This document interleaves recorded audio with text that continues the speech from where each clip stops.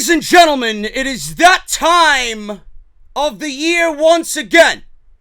It's that time of the year once again where WWE, instead of throwing a beach party or everybody wanting to dip their toes in the sand, sitting on a nice beautiful beach somewhere with a full cooler of Corona, instead of sitting at a nice tiki bar on a beautiful summer night, ordering a margarita with an extra shot of tequila, WWE wants to get extreme.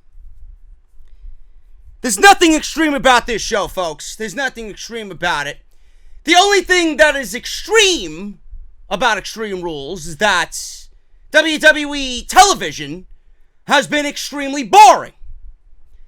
The only thing extreme about WWE is the fact that their television shows have been extremely garbage. Extreme my ass. You're gonna name the pay-per-view Extreme Rules, then you better fucking deliver extreme motherfucking rules, bitch! There's nothing extreme about this show. There's nothing extreme about it. I don't know why this pay-per-view is even still in existence. I don't. I wish WWE would go back to their old formula, and I feel like a broken record on these shows. This is nothing more than a B, I'm being generous, a D-level pay-per-view that is being spawned off as an A-level pay-per-view. I don't know why we don't have... It's July. It's fucking July. There's no reason why WWE can't bring back King of the Ring. There's no reason why WWE can't do its own version of the fucking G1 Climax. I don't understand it.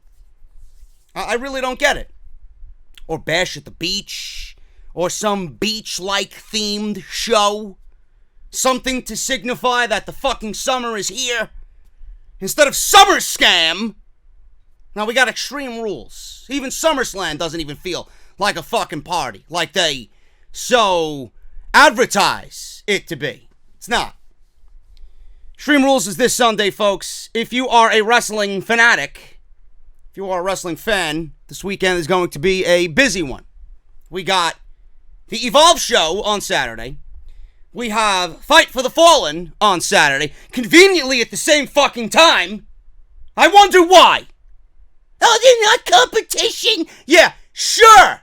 AEW's not competition. Sure. Sure thing. We got those two shows, and then we got Extreme Rules, then we got Monday, then we got Tuesday. It's a busy fucking weekend. It's a really, really busy weekend. I'm going to try and cover as much of it as I can, because this is what I do. This is what I do. So keep an eye and an ear out for everything that's coming up as far as those shows go. Normally, I have a whole written spiel out for Friday's show. I don't have anything written out because, honestly, going into Extreme Rules, it has been extremely slow as far as the news goes. So, I have stuff for today doing with Extreme Rules, or having to do with Extreme Rules, and then tomorrow I have some other stuff, and that'll probably be it on top of all the podcasts and the reviews that I'm going to be doing for Fight for the Fallen and the Evolve 10-year anniversary show and then Extreme Rules. You guys got more than enough to keep yourselves covered this weekend, so I want to thank everybody for joining me right here on Off the Script. This is episode 282. This is part number 1, your Extreme Rules edition of Off the Script. Thank you guys so very much for joining me. Follow me on social media, man, at JD from NY 206. That's on Twitter and Instagram. Make sure you guys follow me on both. I would greatly appreciate it. Hit that subscribe button down below. Turn on that bell for all notifications. Patreon.com/JD from NY206. Normally, you guys, if you're joining the YouTube channel as a member or if you're on the Patreon page, normally, 4th of July obviously happened. That was a holiday. I took that day off, no recording. And then this week, I had to give up my recording day as well because I had to sit down at the House of Glory school, and it was a vital meeting. Sat down with the whole roster. Sat down with Brian XL, the boss. Sat down with Dean, head of production, David, the camera guy. And we were putting together and coming up with ideas. Most of them are going to play out and I can't wait for them to play out. We were going over High Intensity 8, our biggest show of the year. It's the Young Bucks and Private Party. Young Bucks' final indie appearance ever. Private Party, obviously students of Red in House of Glory. They are now full-time with AEW. Their final House of Glory appearance is going to be a great night and a very, I would say, unbelievable send-off for both teams. But building that show around that match is only one part of making that show a success. I was at the House of Glory School putting together a card that I'm very proud of, and I'm very happy and humbled that I am given the opportunity now to finally say I am part of creative in House of Glory with Brian and Dean. We're going to be going over literally the entire roster. It's a fresh start. It's a new direction for House of Glory. And what we got coming up on August 9th, you know, I don't want to say that it's going to be the best indie show of all time because I don't usually say things like that. But, man, the way that everything is coming into place right now and with the ideas that were thrown out there, having that executed is going to make me very proud. Not only because I love pro wrestling, but there's so much talent in the House of Glory School that I want to see thrive, and I want to see take their talents to the next level. Matt Travis, Montekia, Main Event, Evander James, Ken Broadway, Charles Mason. You know, it's an unbelievable talent pool. And I hate the fact that a lot of shows build their indie shows around named talent, and most of everybody comes for that talent. It's okay to do that every now and then, but you're taking away from the men and women who work their ass off in that school and then don't get put on these shows because we're booking already established talent, indie talent, and everybody's coming to see them. Your promotion's not really going to thrive in that environment, and nobody's going to really know who anybody else is outside of the name talent that you bring in. It's okay to bring in one, maybe two names, but to bring those names in, you have to use them to establish your homegrown talent. This is a new direction we're going in. This is something that I have expressed, and I love NXT. And I look at this as NXT. Because if that's not everybody's mentality, then we're doing it wrong. NXT does it right. I don't need to sit down to watch 8 or 9 wrestling matches on a hot summer night, sit there for 4 hours. You know how long I've expressed to you quality over quantity? That's the fucking mantra that we need to do. That is what I am going to do as far as my input on creative. Quality over quantity. Using homegrown talent, making them shine and putting them in the best position possible. Building up a women's division that could be looked at as, damn, that's good. Looking at a tag team division and building that up and saying, damn, I can't wait to see these guys on the next platform after House of Glory. We have to do that.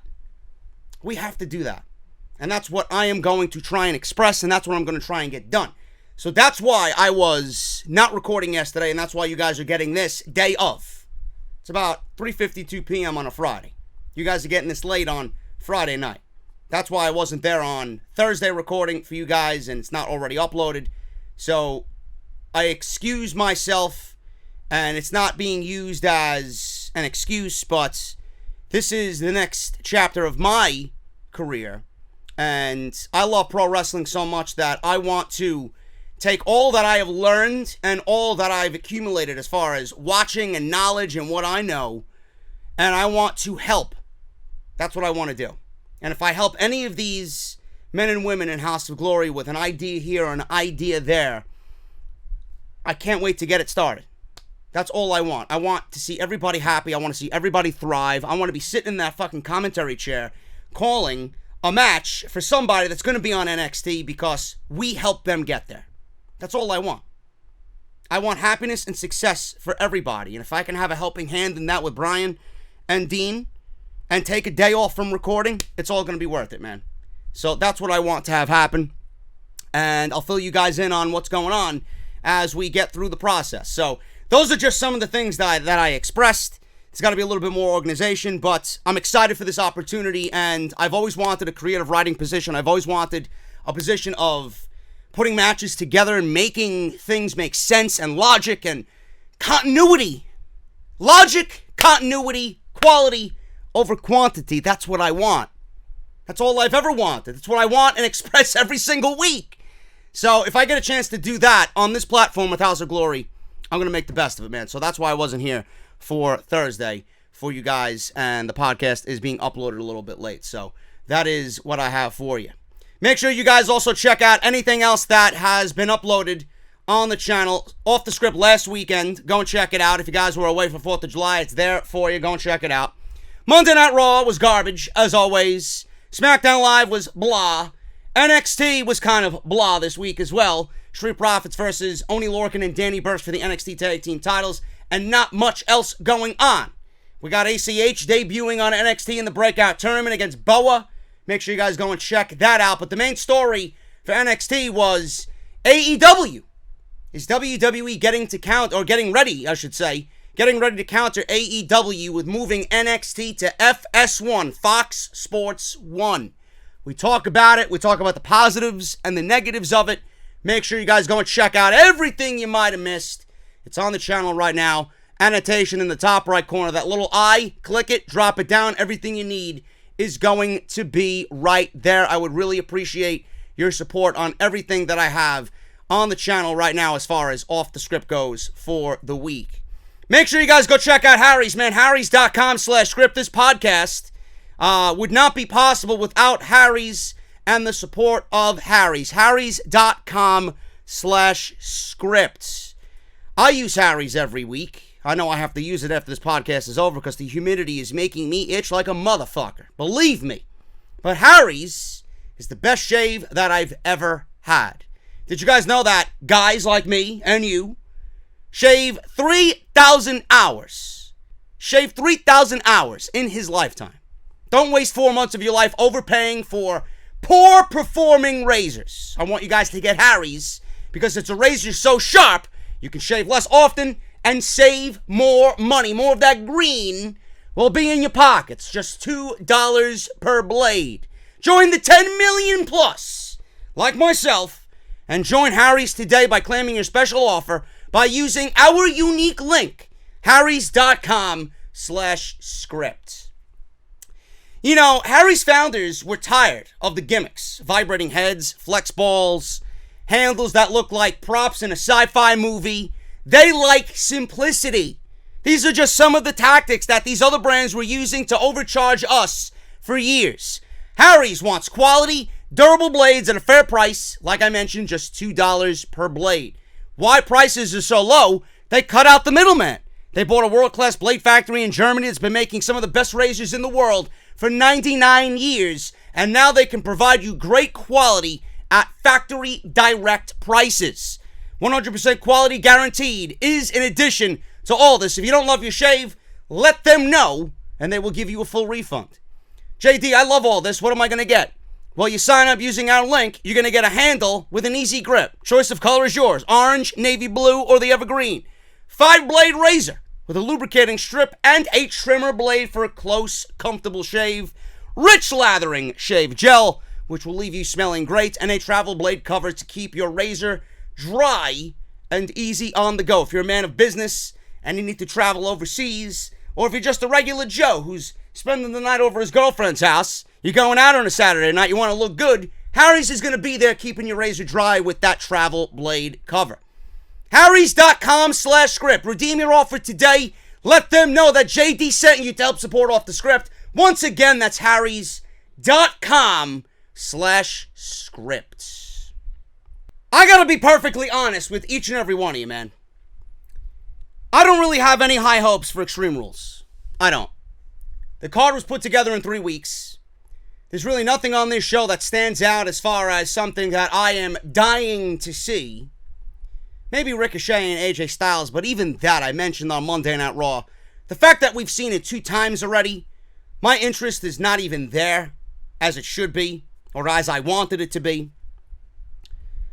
But I gotta be honest with you, man. I am not looking forward to Sunday. What I am looking forward to, and there's no fucking excuse. There's no excuse. Monday Night Raw following Extreme Rules is probably going to be the most vital Monday Night Raw of 2019. And you know that I'm right. There's no reason why WWE should continue giving us the garbage that we've been seeing on Monday nights. Everybody has been saying it.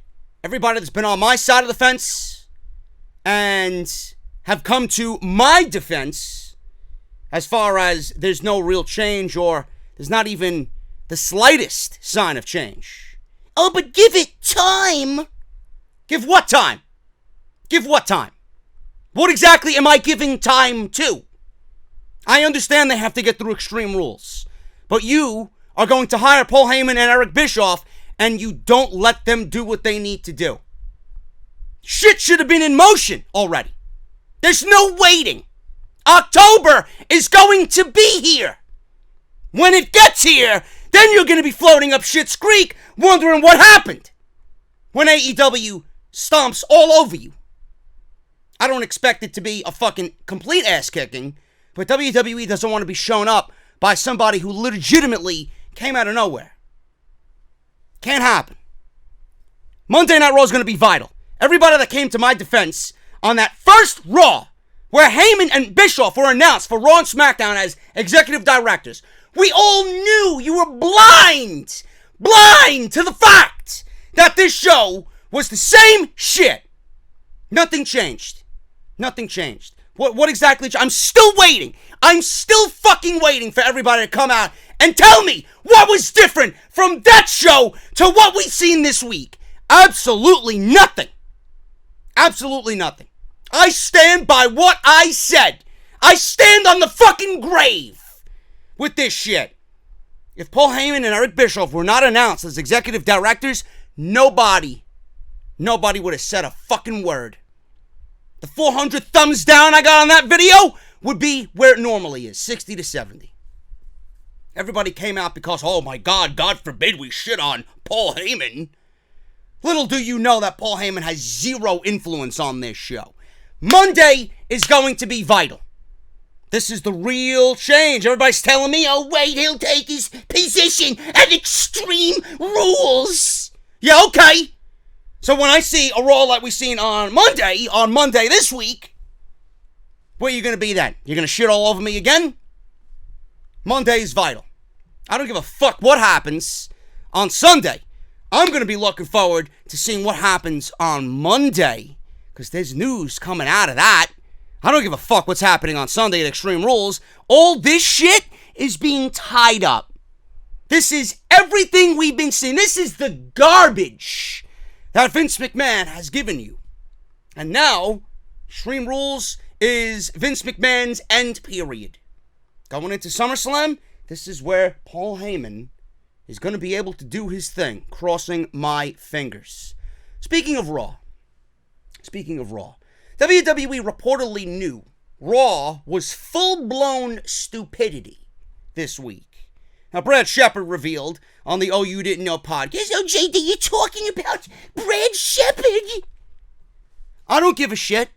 There's nothing in this report that's not true. Watch with your own eyes. Brad Shepard talked about his conversation with his source. Who his source is, I don't know, nor do I care, in WWE when this week's Raw was brought up in the conversation. Now, apparently, there are those in the WWE who are right with their opinion, and it falls in line with our opinion here on Off the Script. Says this, and I quote, I was speaking to a source about Monday Night's Raw. They had the Raw before where it grew some buzz, and people thought it was a pretty good show. These are mindless sheep, by the way. I'm just adding that in there. He didn't actually say that. You are mindless sheep if you thought that. And it had at least some good moments. And then this week, as we've talked about, was a shit show. So the source said to me, and I quote, it's funny how the show went right back to full-blown stupidity last night.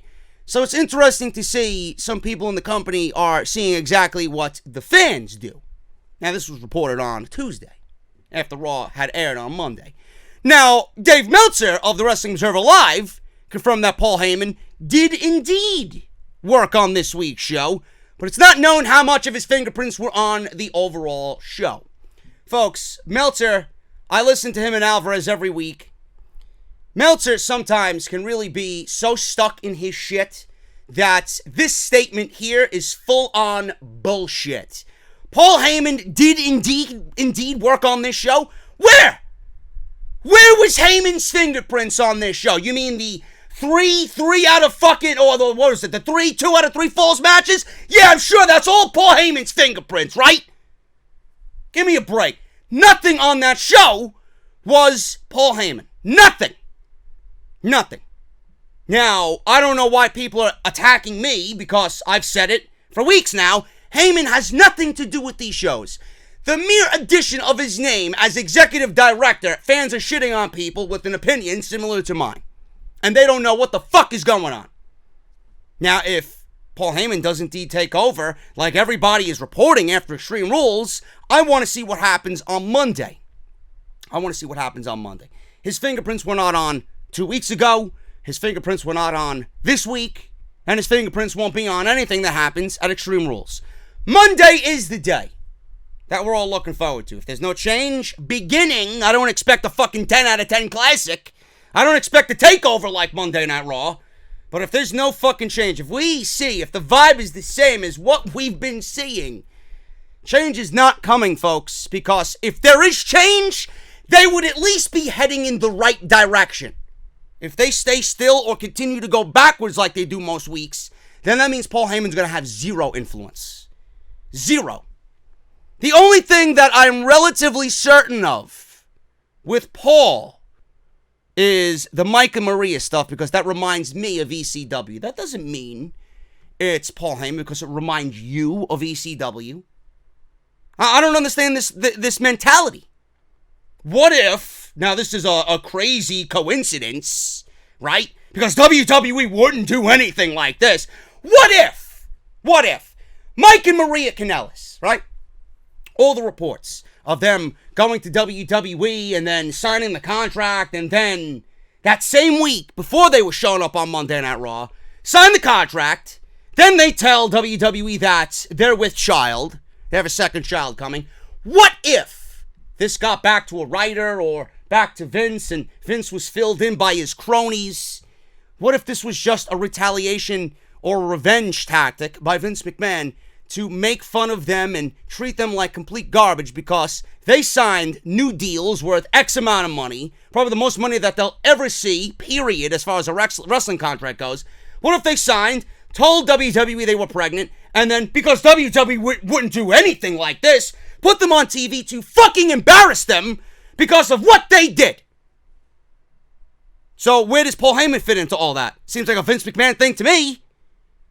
It doesn't even have a place on Monday Night Raw. Why it's on television is bizarre enough to me. It's not a Paul Heyman thing.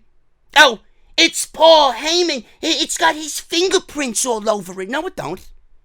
It's got Vince McMahon's fucking pettiness written all over it, not Paul Heyman.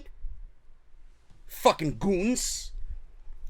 So Meltzer says, it's Vince's show. It's always going to be Vince's show. And nothing has changed. Nothing has even shown you or signaled, hey, change over here. Nothing. So Meltzer continues and says, it's a slow battle about Heyman being able to get more things through to Vince McMahon's, or through Vince McMahon's filter. Now, I don't understand why people continue to say this, it's Paul Heyman, it reminds me of ECW. I don't give a fuck. I don't give a fuck what ECW did back in the day. This is WWE in 2019. Yeah, because WWE loves their talent so much, right? All the talent that's been disgruntled, wanting to go to AEW, asking for their release. What does WWE do? They hit the pettiness. They pull out that pettiness card. Like a fucking ace of spades coming out on the river, and you're hitting a full house. That's what WWE does. They're the dealer, and they're pulling out card petty. Yeah, Scott Dawson had 2 months added to his contract. Why? Because the Revival asked for their release. Luke Harper goes public. Gets 6 months added. You don't think Sasha Banks is going to get months added to her contract when she wants out again? Give me a break. Give me a break. Same thing with the club. 2 fucking idiots. I'm happy for them. What is Carl Anderson got like 6 kids? He's the new Heath Slater with his hot Asian wife. What's gonna happen then? He signed a contract to give his family the best quality of life. That's a man that has his priorities straight, but is selfless in his own actions. He doesn't give a shit about what happens to him.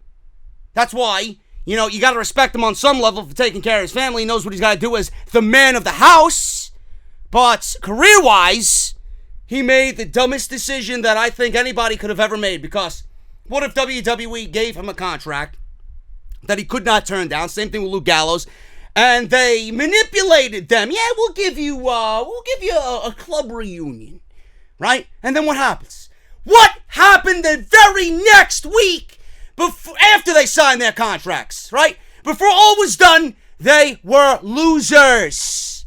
They were losers. They lost one of the best tag teams, one of the most elite tag teams on the planet, and should be at the top of their division in WWE, loses to Ricochet in a total of 7 minutes. Petty. WWE is fucking petty. So having this be, it's ECW like because it's Paul Heyman. No, it's card petty on the river. And WWE's laughing to the bank. They don't give a fuck. They really don't give a shit.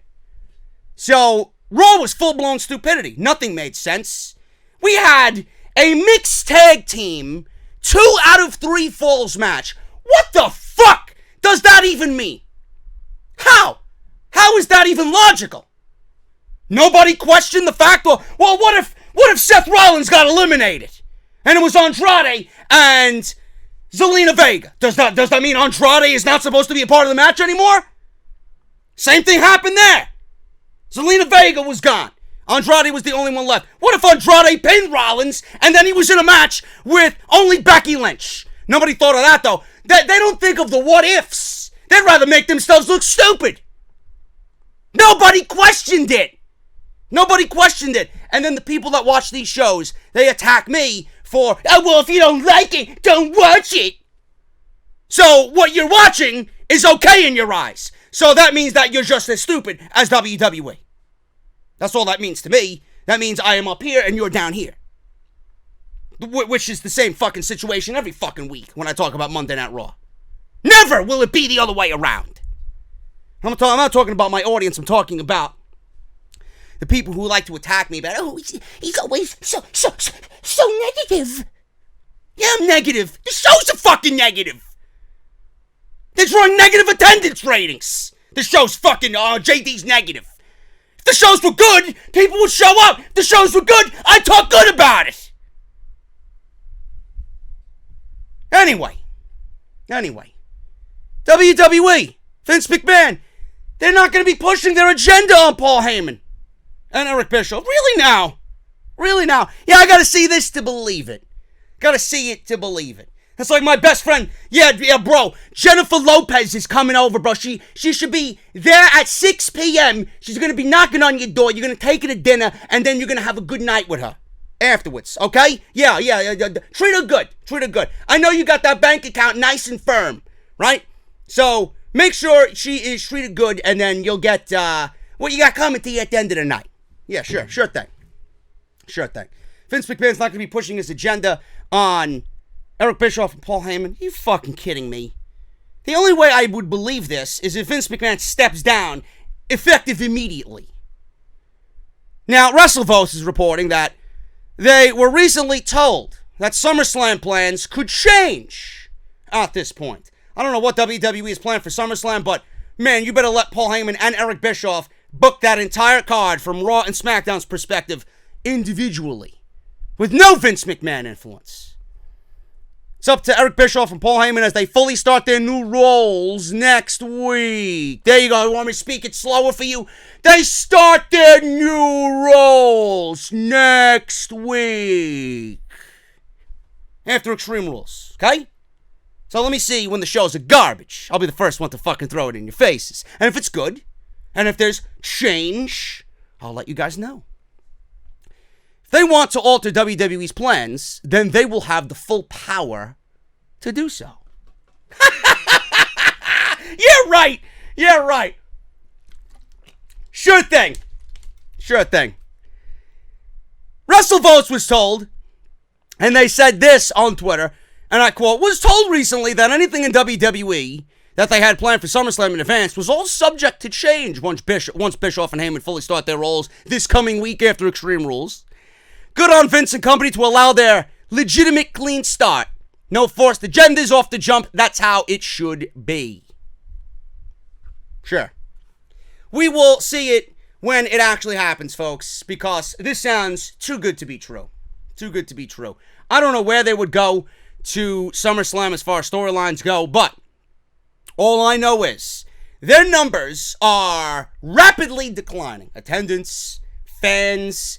I read a report on July 6th in Utica, New York. They drew 2,100 fans for a WWE house show. That is miserable. Now, granted, it's fucking Utica, New York. I don't think Utica, New York is going to be, booming to want to see fucking Raw and SmackDown live.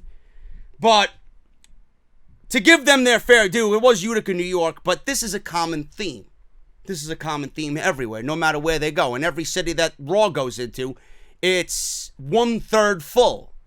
They don't draw an audience like they used to do. Same thing with SmackDown Live. These are live weekly shows that progress the storylines on WWE TV. So clearly, they're not doing anything to generate interest.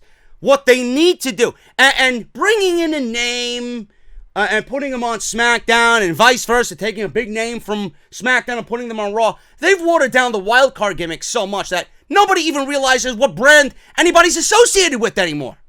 The only thing that will fix this company and everything that has been a red flag for them, attendance numbers, ratings, general fan interest in everything that they do, is legitimate change.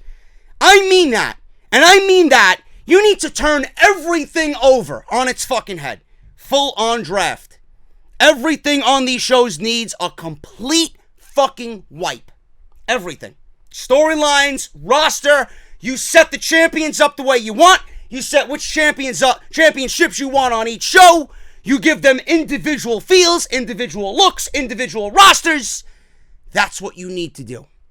I don't want to hear anything else. What we're seeing right now is not change. What we're seeing right now is the same old shit with people who are blind to the fact of anything happening. Nothing's changed.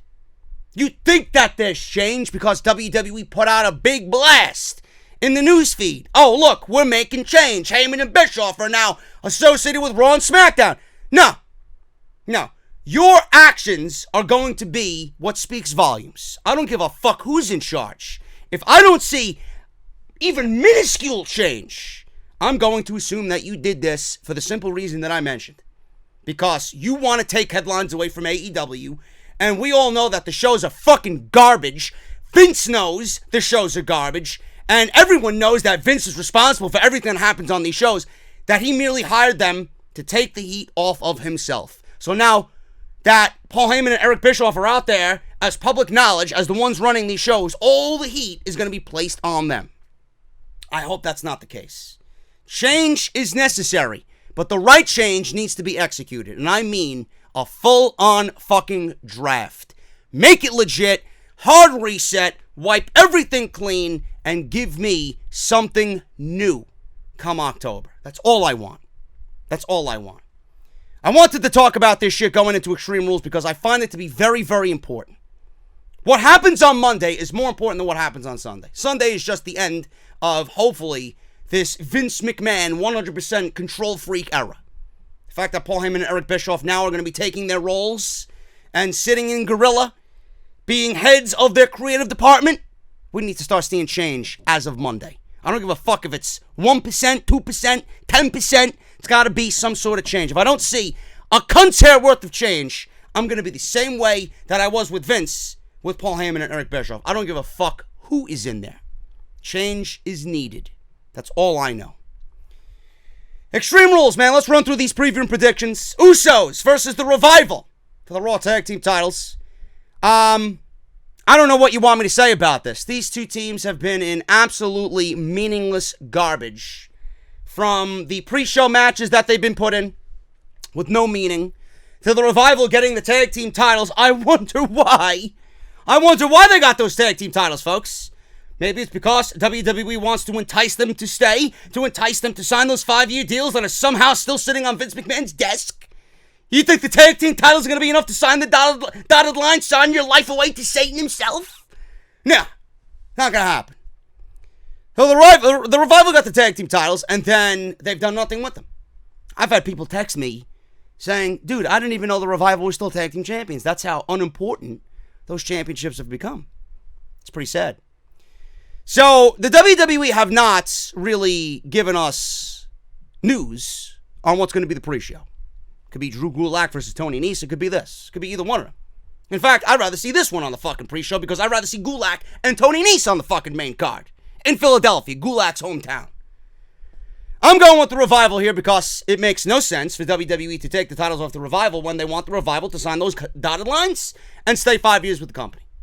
But I hope Dash and Dawson are thinking otherwise, and they're just using WWE right now, playing WWE like they've been played all these years. And when the time is up, they go to AEW. That's what I hope happens. This should have been an absolute fucking barn burner. Now imagine, if this was a takeover match, this would probably be the match of the night. But the fact that it's on Extreme Rules, this is probably going to be relegated to the pre-show. How sad. How sad. I'm going with the Revival because it makes no sense for the Usos to win when WWE's agenda right now is to keep the Revival away from AEW. Braun Strowman versus Bobby Lashley. Change. Did everyone who cursed me out saying that Raw felt different realize that Braun Strowman and Bobby Lashley were feuding for the better part of a year? A year, folks. A full calendar year. Whether it's one-on-one, whether it's Braun Strowman and Drew McIntyre and Dolph Ziggler against The Shield, and then they replaced Ziggler with Corbin. It was against The Shield, and then Braun Strowman got involved, and then we never seen the end of it. These two have been in a tug-of-war match. These two have been in an arm wrestling contest. These two have been in no-rules matches. They've been in situations where the LED board was destroyed, and we got an early 4th of July fireworks spectacular on Monday Night Raw with Corey Graves yelling, "Holy shit." What's the blow-off? What exactly is the blow-off here? Is the blow-off going to be a game of fucking, I don't know, Connect 4? Does anybody ever win at Connect 4? I suck at Connect 4. Pretty sure both of these guys could probably beat me in Connect 4. What about a game of checkers? Good old classic game of checkers. What about Yahtzee? I'm going to throw it back to you. I'm going to give you a throwback. What about Rat Trap? How many of you guys know about fucking Rat Trap, bro? That's a classic right there. With the fucking, with the little guy standing there, and you got the little ball doing its fucking thing, and then that little trap comes down, right? And you gotta get the 6 slices of cheese to win. How many of you know Rat Trap, motherfucker? I doubt any of you do. If you do, I'd be surprised. If you do, you get a thumbs up from me. Maybe a game of Rat Trap with these two. Game of Operation. Game of Cornhole. I'm a damn good cornhole player. What about a game of beer pong? I'd love to see. Now, if they book Braun Strowman and Bobby Lashley in a game of fucking beer pong, I'd be all over that. I would find that entertaining. On Monday Night Raw, let's settle this in a game of fucking beer pong. Yeah. WWE isn't that creative, though, and they gotta cater to the fucking children in the audience. What is the blow-off for this shit? Is the blow-off gonna be a regular match after they went through the fucking LED boards? Now, granted, I did enjoy it because it started off chaotic. That's the only thing I enjoyed about it. Otherwise, it was coded in the same shit.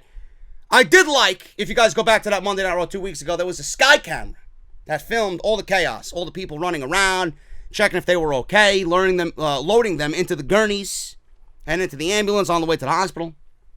Braun Strowman has a severed spleen or some shit, a ruptured spleen.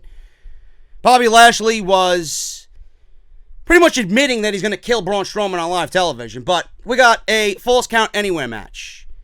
WWE needs to follow this up by doing something completely ridiculous.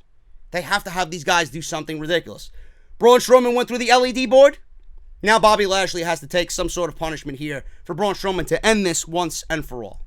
Because if Braun Strowman doesn't win this, then we're probably going to get this again at SummerSlam, and I don't want to see this again at SummerSlam. This needs to be the end.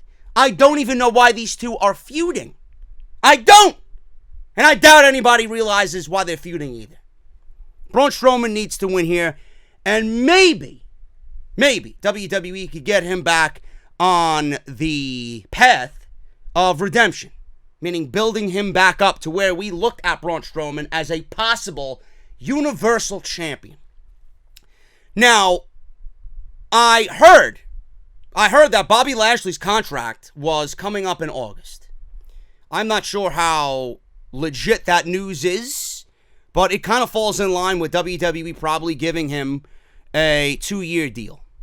2 or 3 year deal. It might be this August, it might be next August. I don't know. I heard about it. Several different podcasts that I listened to mentioned that Bobby Lashley's contract was coming up on these podcasts. They didn't reveal what sources they got this information from, so I'm taking it with a grain of salt. But it could line up with them possibly doing a loser leaves town match. Why would Bobby Lashley want to stay with the WWE anyway? I figured that he would want to go back and do UFC or MMA, mixed martial arts. Or maybe WWE wants to sign him to a 5-year deal just like everybody else to keep him away from AEW. If I'm WWE, what is Bobby Lashley to me? Why am I going to go out of my way to have Bobby Lashley on my roster? He offers nothing. He absolutely is useless in every sense of the word. If Bobby Lashley was to leave WWE and go to AEW, I would feel bad for AEW. I would actually take that to be a negative. That means I would have to watch Wednesday Night Dynamite and see fucking Bobby Trashley on Wednesday nights. Not something that I really want to set myself up for. If I'm AEW, I'm looking at Bobby Lashley. We don't need him. What the fuck are we going to put him in the ring against? I don't give a fuck about Bobby Lashley. Go do what you got to do in MMA. Maybe a loser leaves town match. I don't know.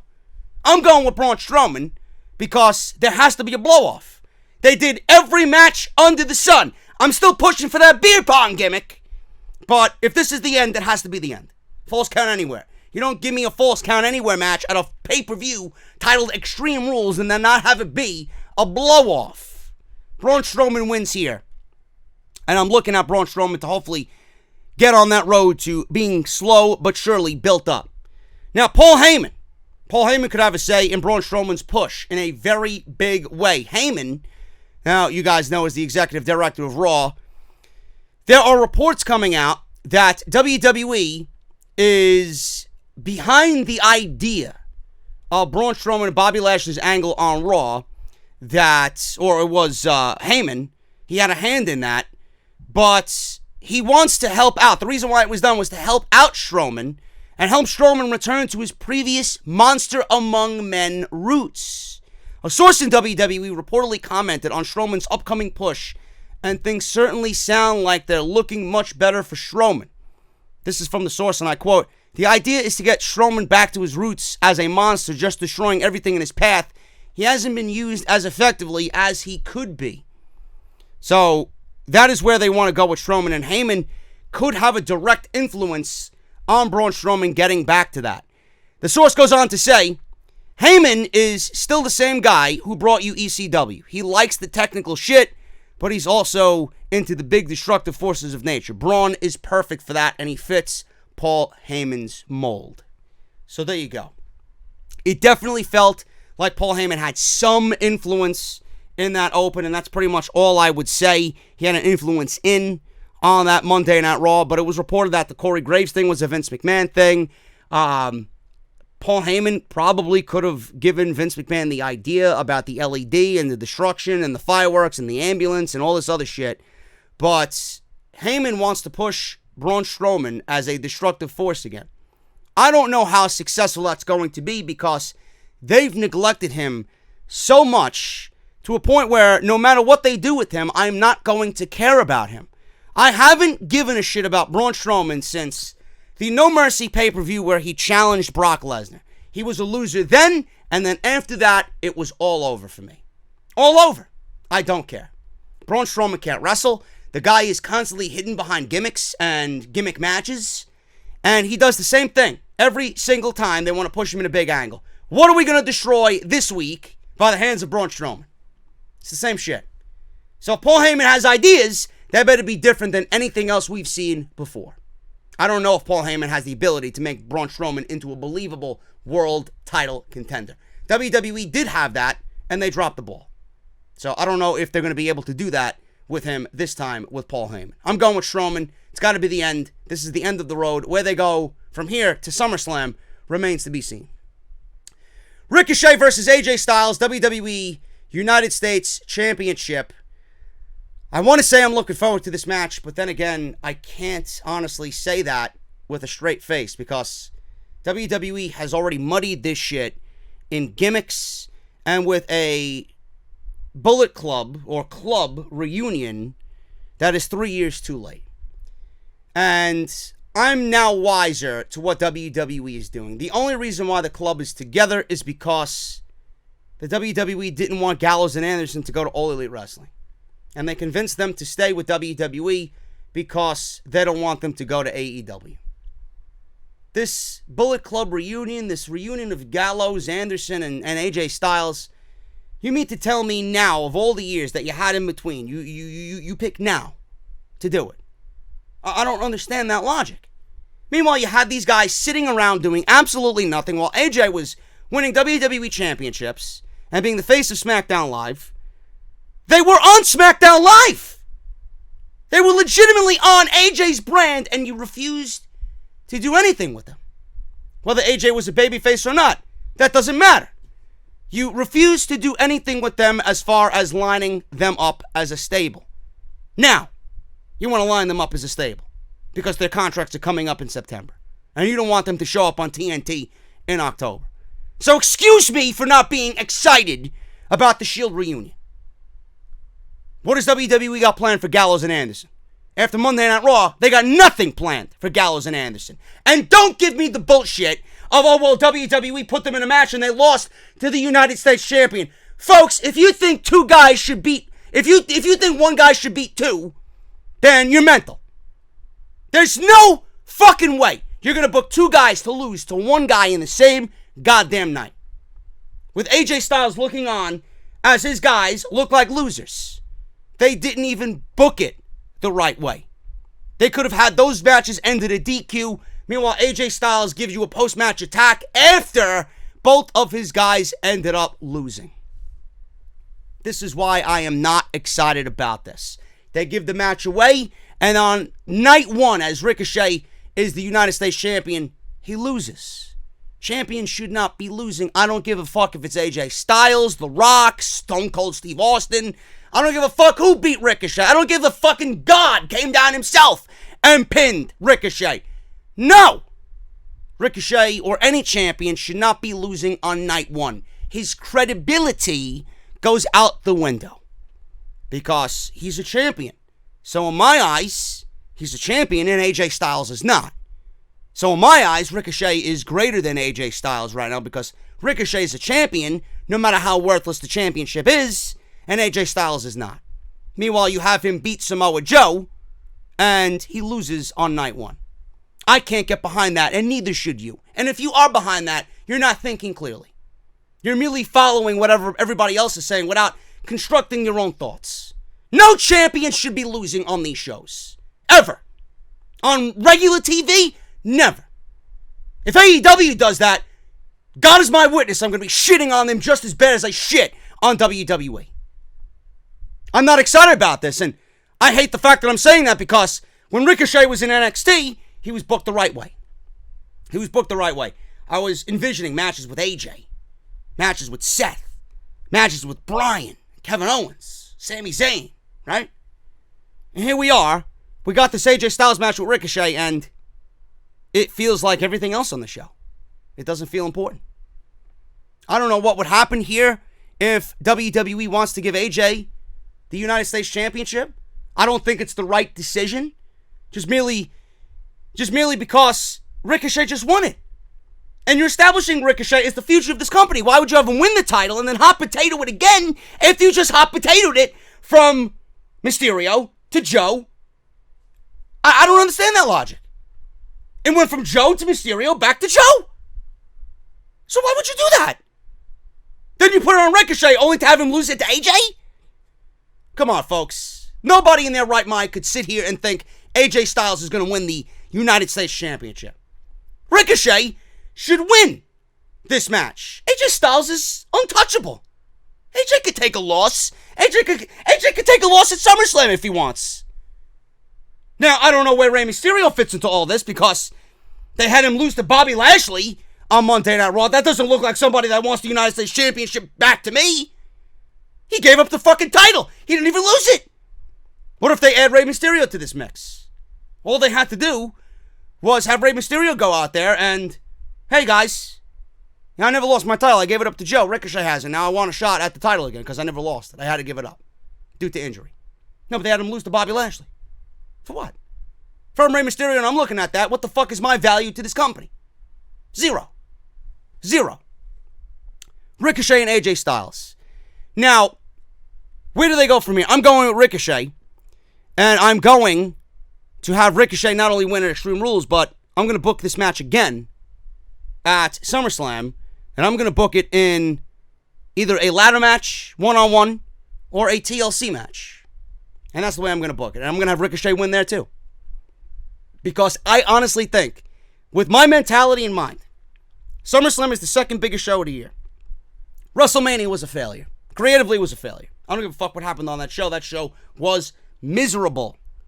Nothing on that show felt important. SummerSlam is the first show in this reset, or what should be the reset. You need to make SummerSlam stand out in August. NXT UK, NXT TakeOver Toronto, All Out. And then the New Japan G1 Climax Finals. You don't want WWE to be dead last. WWE doesn't want to be dead last in August as the worst show of the month. They need to book SummerSlam with the best card possible, that they stand out amongst everybody and are able to compete. How do you do that? You book Ricochet and AJ Styles in a match that I know they would tear the house down in.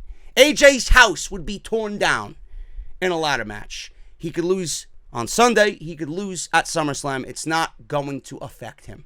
Then both men can move on to something else. I don't know about the Good Brothers. People talking about them in the WWE locker room.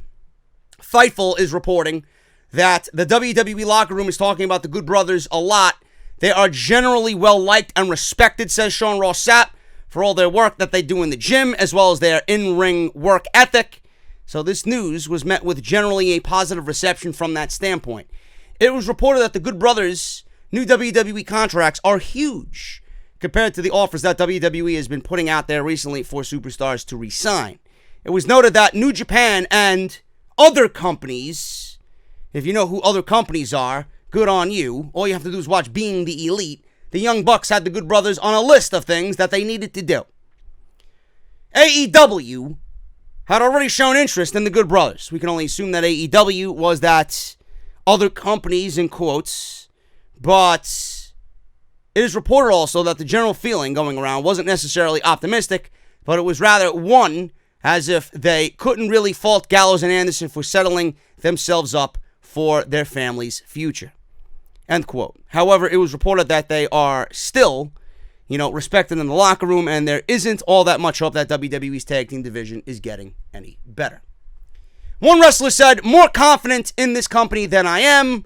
I wouldn't hold my breath as far as tag teams getting an opportunity." End quote. So they merely signed their contracts to fulfill their family's needs. They didn't give a shit about their individual selves. On one aspect, I respect them. On a career aspect, I disrespect them. And I don't really give a shit what they're thinking. They made the wrong decision. Because there's no doubt in my mind that if they went to AEW, they would see just as much money as far as what they want or what they think they should be making in AEW with Tony Khan compared to the WWE. And at least over there, they'd be booked as a legit top-tier tag team. Why would you sign anywhere with the notion of nothing changing or nothing getting better for the divisions that you've been a staple in. You've been a staple in catering. Tag team wrestling in WWE will never take a precedent over anything. It will never change. It hasn't changed. The WWE promised the Revival it would change. They gave them the tag team titles because they said the Revival were going to lead the new charge in the resurgence of tag team wrestling. And where are we? Nowhere. Nowhere.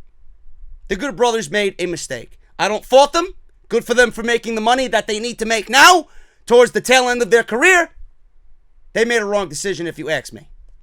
Because all the complaining that they did, all the fucking negative tweets that they put out, all the negative feeling that they gave the general public about them wanting out, then they look like hypocrites and sign with a company that doesn't value them and doesn't have any care to change the division in which they are in. I don't know. I wouldn't stay, knowing that I have other options with my good friends down in Jacksonville who are willing to pay me just as much. It might not be more than what WWE is paying, but it's not all about the money. They could have gotten the money from somewhere else, and they could have saved their careers. They did not. I don't respect them for that fact because Gallows and Anderson are just falling in line with everybody else that I don't respect in that company.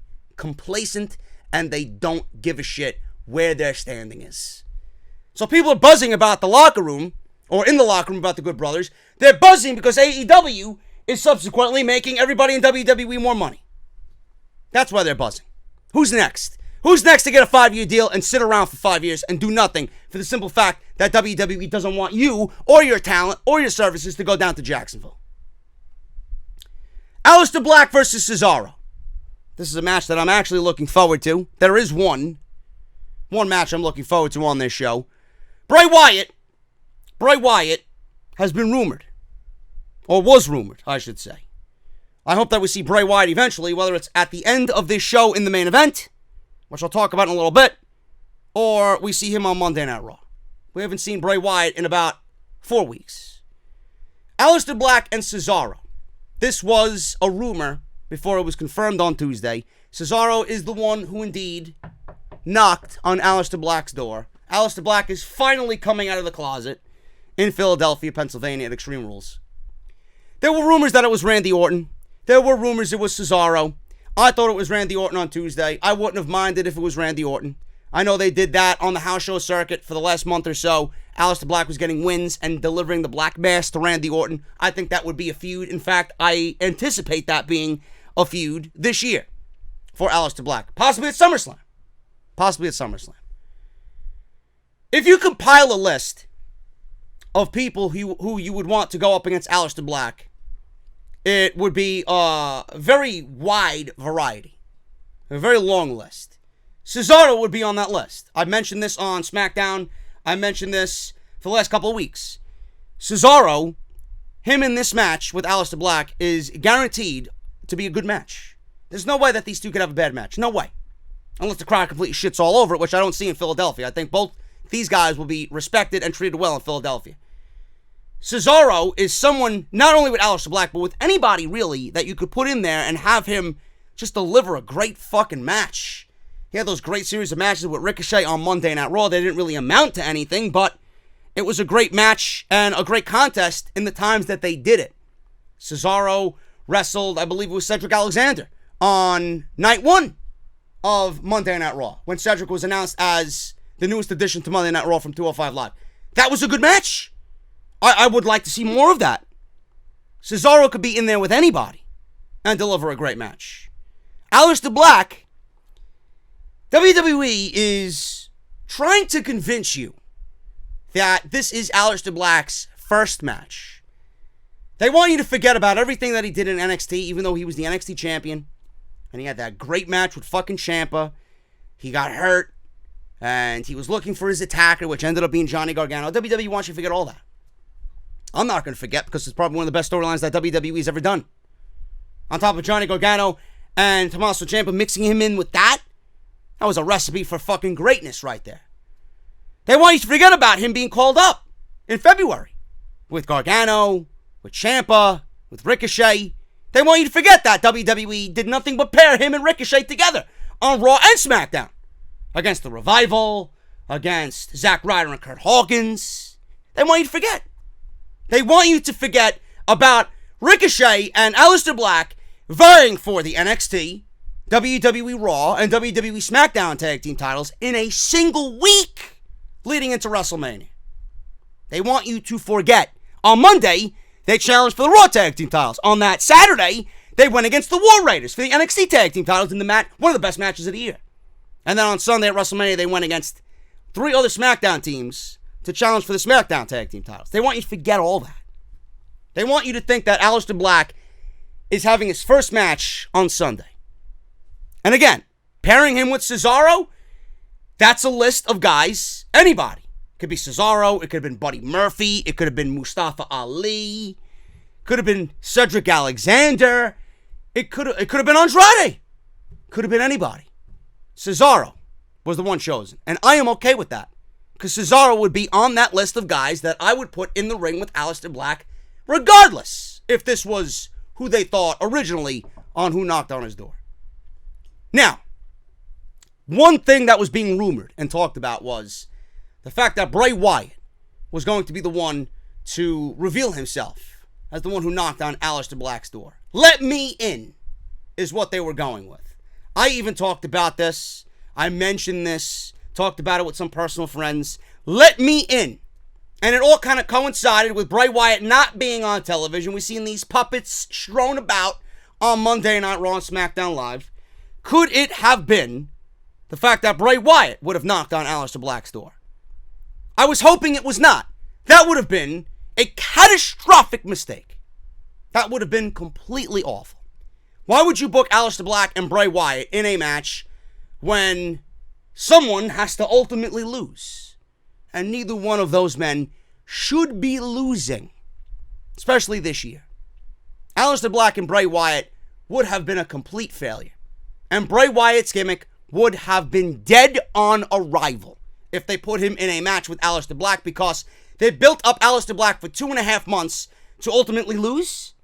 You gave me the Firefly Funhouse and you invested all this money. Bray Wyatt sat down and came up with this new concept, got a new mask and a new outfit, a new wrestling gear made that I'm hearing is epic. Created this new character, The Fiend, for him to ultimately lose his first match. What sense would that make? That would have been terrible. Now, if you're talking about booking them in a match at WrestleMania where both of them are undefeated, then I'm okay with that. But you don't book these guys in a match right away just because they've been off TV, because Bray Wyatt is quoted saying, "Let me in. Trust me, Fireflies. Let me in and I'll show you the way." No. For a silly gimmick of Aleister Black sitting in a closet, in a dark room, in a dungeon, wherever the fuck he's sitting in, and someone knocks on his door and then someone goes away, let me in? How stupid are you? That would have been terrible. I'm glad it's not Bray Wyatt. He was actually considered for this match. I'm glad they did not do that. Thank God. Cesaro and Aleister Black, this is going to be a damn good match, and Aleister Black is going to win. I am going with a Black Mass. Can't wait to see him back in the ring. It's been far too long to see someone of Aleister Black's talents sitting on SmackDown Live for 2.5 months, not doing anything. Where Aleister Black goes from here, he'll level Cesaro, and then on to Randy Orton at SummerSlam, because that is a SummerSlam-worthy match. RKO versus Black Mass, 2 of the best finishes in all of WWE, and on top of that, most importantly, the 2 finishes in WWE that legitimately come out of nowhere without any given warning. You book that match based on that premise alone, and you have my attention. And all you need to do is have them come out for 4 or 5 weeks. Randy Orton could come out and RKO Aleister Black out of nowhere. Fucking Aleister Black can catch Randy Orton off guard with a Black Mass. And then they go back and forth, showing each other how deadly their moves are. And in a battle of, oh, you think you got one up on me? Okay, great. I'm going to show you that my move comes out of nowhere and how devastating it is. Back and forth. Simple. Absolutely simple. Aleister Black and Cesaro. Aleister Black's going to win.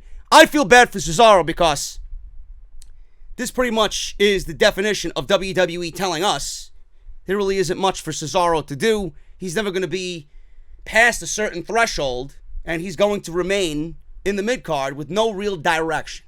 No real push, no championship gold around his waist. This is why I stated, if the brand split is coming back, and Paul Heyman and Eric Bischoff are going to really dedicate themselves to both brands being separate and individual, if Sheamus is already on the road, back on the road with WWE, there's no reason why you can't slightly repackage the bar and put Cesaro back with Sheamus. He found his greatest success with Sheamus. Sheamus is going to find his greatest success with Cesaro.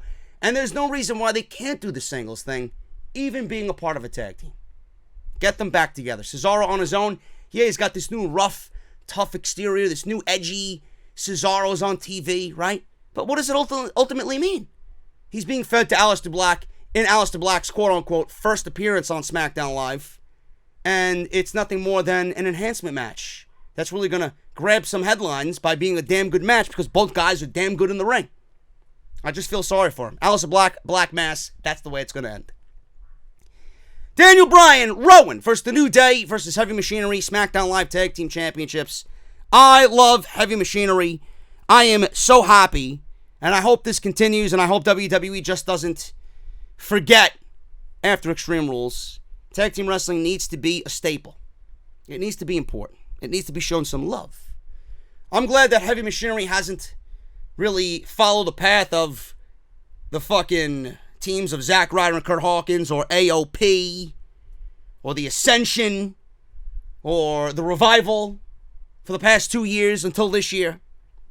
Just completely forgotten. I worry when tag teams get called up to the main roster because WWE either does nothing with them or they split them up. I don't want to see that happen to Heavy Machinery. They are great together. Otis is always the one that stands out.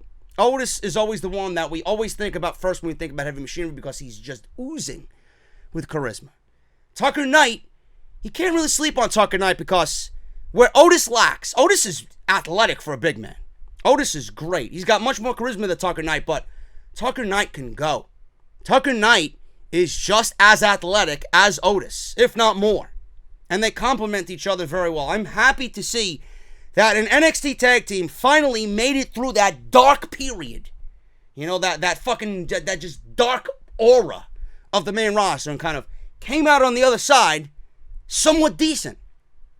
The New Day, gotta love Brian and Rowan on this past week's SmackDown Live. They came out and said that the New Day are nothing but a clown comedy act. They've had great matches and are a great tag team, but they look like nothing more than a comedy act. And even with the championships, they still look like a comedy act. There is no misinformation there from Daniel Bryan. There's nothing there that is not a fact from the planet's greatest tag team champions. But the New Day, I hope to God that they don't win the tag team titles back because that's not really change. It's not really change. I don't give a shit if Daniel Bryan is wanted by the majority of the community to go back to his singles. I don't care. So what does that leave Rowan with? That leaves him with nothing to do. You're ultimately killing a quality tag team here because you want Daniel Bryan to go back to chasing the WWE Championship. What if you don't need Daniel Bryan to chase the WWE Championship? What if Daniel Bryan was merely used to get Kofi Kingston over in the way that Kofi Kingston is over right now? That was what he was there to do. Daniel Bryan won the WWE Championship because AJ Styles didn't want it anymore. Daniel Bryan won the title. We all loved it. Daniel Bryan grew into this great heel. And Daniel Bryan was always a giving champion. He always wanted to push others while him being at the top. Why do you think Mustafa Ali was given such a shine on SmackDown Live in those early days? Because of Daniel Bryan. It was Daniel Bryan's direct influence. It was Daniel Bryan having some sort of creative control over that. And now, Mustafa Ali is pretending to be Bruce Wayne. But the reason why Mustafa Ali got a push on SmackDown Live to begin with was because of Daniel Bryan. Same thing is happening with the likes of Kofi Kingston. He wanted to do for Kofi what Batista and Randy Orton and Triple H did for him. He knew that. It was his time. I don't regret that. It was a great moment. We got a great heel. We still have a great heel on Daniel Bryan, but I don't want to see Daniel Bryan lose the tag team championships and then get split off from Rowan and have him go back to chasing the WWE title. What is that going to leave Rowan with? Nothing. Why would you give the titles to the New Day anyway? Giving the titles to the New Day is Like going to the ice cream shop and going right back to the fucking vanilla ice cream. With nothing on it. No sprinkles, no hot fudge, no cookie crumble, nothing. You don't even get the handmade shit, the homemade shit. You get the fucking soft serve. The garbage. You don't want to do that. What type of mentality is that to the rest of the tag team? Oh, we're going to give the titles back to the New Day because we don't believe in anybody else. You can't do that. If anybody wins this match, I want Heavy Machinery to win this match. Bryan and Rowan are going to retain. They've been so lackluster as tag team champions. Heavy Machinery's been great. The New Day is great in their roles. They've seen their day. There's no more new days for the New Day. They've had 7 new days. You don't need to add an 8th. The New Day is not going to win. If anyone's going to win, it's going to be Heavy Machinery, but I'm not going with Heavy Machinery. I'm going with Daniel Bryan and Eric Rowan. They need a solid win as tag team champions. They haven't gotten that. By them pinning the New Day is them solidifying what is a lackluster reign at best. I want them to be tag team champions going into SummerSlam. They, with Daniel Bryan leading this team, is going to bring the spotlight the tag team division needs. If WWE wants to get behind it, I just don't see that happening. But if anybody wins, why not have Heavy Machinery go over Bryan and Rowan? Why not? If you really want change, if this is going to be Eric Bischoff in a new direction, why don't you give the fresh blood the tag team titles? It's not like they aren't worthy of the tag team titles. It's not like they wouldn't do a good job as tag team champions. They never won the NXT tag team titles. What a moment it would be for Heavy Machinery to win those titles. And the crowd is getting behind them. Something that I didn't think was going to happen. The crowd is getting behind them. Bryan and Rowan are going to win, though. I think going into SummerSlam, you have to have all your top champions in a position where they feel important. And you need to have your biggest stars as your champions going into this show. Reason why Seth Rollins and Becky Lynch aren't going to win, or aren't going to lose, rather, their match against Lacey Evans and Baron Corbin. Bryan and Rowan are going to retain. Drew Gulak versus Tony Nese, Cruiserweight Championship. I'm going with Gulak. Typically, WWE has someone roll into their hometown and ultimately lose 9 times out of 10. That one time is very rare. I don't see this happening here because Gulak is actually going to be, I believe he's on the Evolve show, if I'm not mistaken. So I don't know why he would be associated with that if he's not going to be Cruiserweight Champion. So I know it's happening the day before, but I don't know why they would have him do that and then lose the title right back to Tony Nese. They took the title off of Tony Nese for a reason. Because Gulak was so good in the upcoming months leading up to that match last month at Stomping Grounds that it was inevitable he was going to win the title. Hard work needs to be rewarded. Gulak has been on another level. That's why he was rewarded. You think Gulak is going to work less and less harder than anybody else now that he's got the title? Come on. And he's in Philadelphia. He calls himself the Philadelphia Bruiser. Or the Philadelphia Stretcher, I believe, or something like that. But Gulak winning here makes the most sense. I'm going with Gulak, even though it is in Philadelphia and WWE likes to fuck around and be petty. I don't think they're going to do that to Gulak, being that Extreme Rules is in Philly at the Wells Fargo Center. I'm going with Gulak to retain the Cruiserweight Championship. Funny enough, Akira Tozawa, someone who Drew Gulak and Tony Nese battled in a triple threat match, went from losing that Cruiserweight Championship match to ultimately fighting Adam Cole at the Evolve show on Saturday for the NXT Championship. Good to be Akira Tozawa, huh? There you go. So I guess being a loser in WWE just spans all over their brands. Lost the Cruiserweight Championship opportunity. Now he's vying for the NXT World Championship against Adam Cole. Awesome. Bayley and herself. I was going to say Bayley and somebody. The way I got it written here, it looks like a fucking tag team match. Bayley versus Nikki Cross and Alexa Bliss in a handicap match for the SmackDown Live Women's Championship.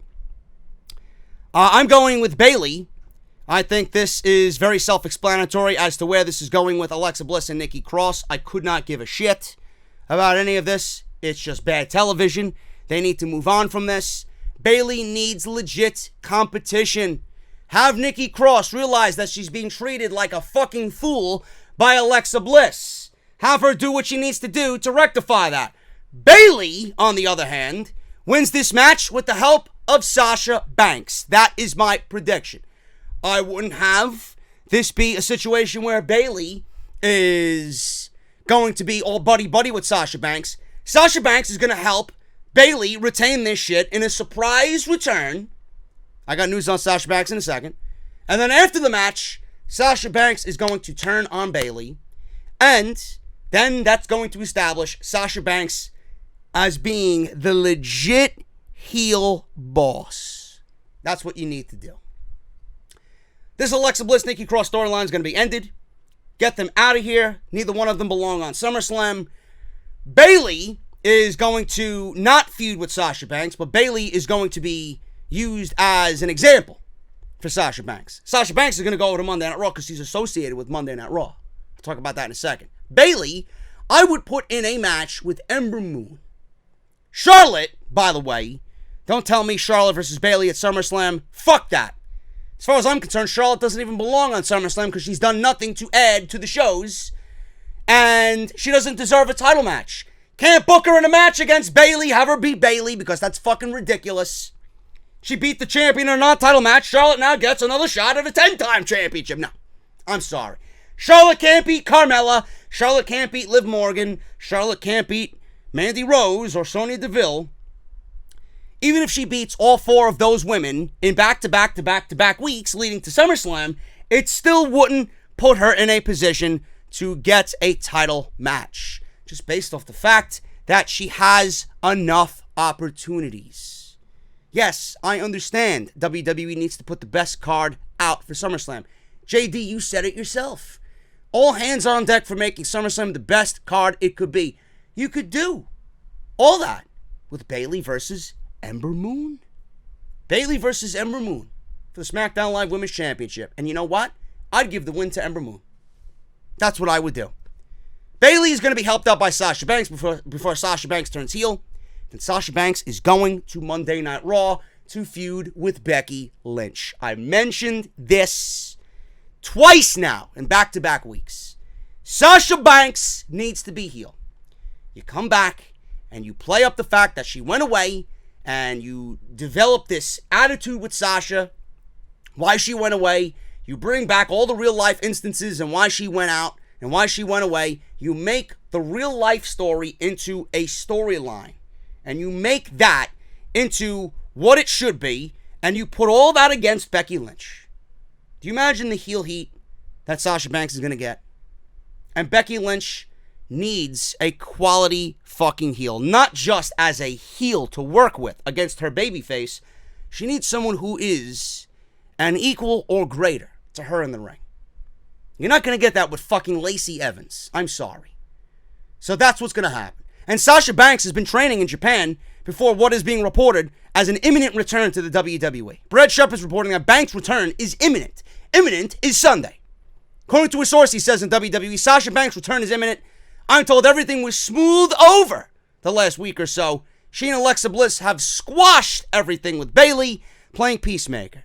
She's happy with the changes being made. The tantrum is over. She just needed a breather. She was training in Japan with Meiko Satomura. Meiko Satomura tweeted out some pictures of the boss training hard with the following caption, and I quote, hashtag Sasha Banks, there is a practice to come in the Senmei Dojo. She's training very hard. You can tell that you love professional wrestling, while tagging Sasha Banks on Twitter. That's what needs to be done.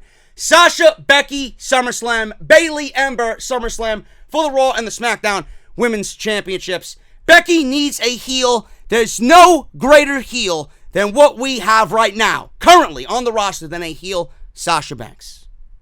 Charlotte and Becky has been done to death. Nobody's going to want to see that. Ronda is not coming back. Nobody is going to get that. Sasha is where it's at. That division on Raw and that division on SmackDown are complete disasters. They are a joke. Ever since Ronda went away, the WWE's priority for the women have gone back to giving them 2 to 3 minute matches. It is a fucking joke. Becky Lynch is begging for a one-on-one match with Ronda Rousey. I wonder why. Because WWE is once again in their blonde agenda. Charlotte, Alexa, and Mandy Rose, Lacey Evans. The blonde agenda is taking over. I've said this for months. I see other podcasters in the community now biting off me. Yeah, I know. I've been right all these months. Don't tell me anything I don't know. This is fact. The women's division right now is in complete shambles. I don't even know what the fucking divisions are, to be honest with you. I don't. But all I know is Becky, with that championship, needs a legit heel and some legit competition. Sasha Banks is it. If I don't see Sasha... Now listen, I know I've said that Sasha Banks should remain out. I do still stand behind that. I don't want people thinking I'm a hypocrite.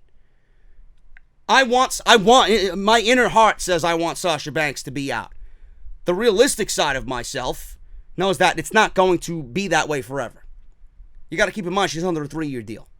If she stays out, there could be legal ramifications. WWE's never going to let that woman go because they know exactly where she's going. That woman with that temper, with that mouth, with that attitude is going right to AEW. No doubt in my mind. I do want her to remain out because I do think if she comes back, it's going to be very hypocritical with all the tweets that she said. But I'm not going to support her any less if she comes back. I'm hoping it changes. I'm hoping with Bischoff and Heyman there, it will change. I hope that there is some plans for her that are much better than what we've seen in the last 4 years. She deserves it. And for all the people saying, and I know I hear you already before you start fucking typing, JD, how are you going to reward someone that's been out since WrestleMania? How are you going to reward somebody with a Raw Women's Championship? When has that ever stopped WWE from doing it anyway? I mean, just look at the fucking roster right now. Why is Samoa Joe getting a world title shot against Kofi Kingston when he just lost the United States title to Ricochet?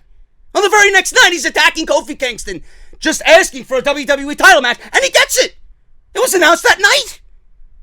So don't come to me about, oh, well, how are you going to give somebody a title match who sat out since WrestleMania? How are you going to give Joe a title match? He's not even on the same brand as Kofi Kingston. You fucking mental? Don't come to me with that bullshit. I know logic better than you, you clown. I've been speaking logic on these shows and the lack of it for years. So why am I going to think logically now I can't give Sasha Banks a title shot because she's been out since WrestleMania? Who else is there? Who else is there? You want them to clone Ronda Rousey? And have the fake Ronda go against Becky Lynch? What do you want? You want, you want Mickie James?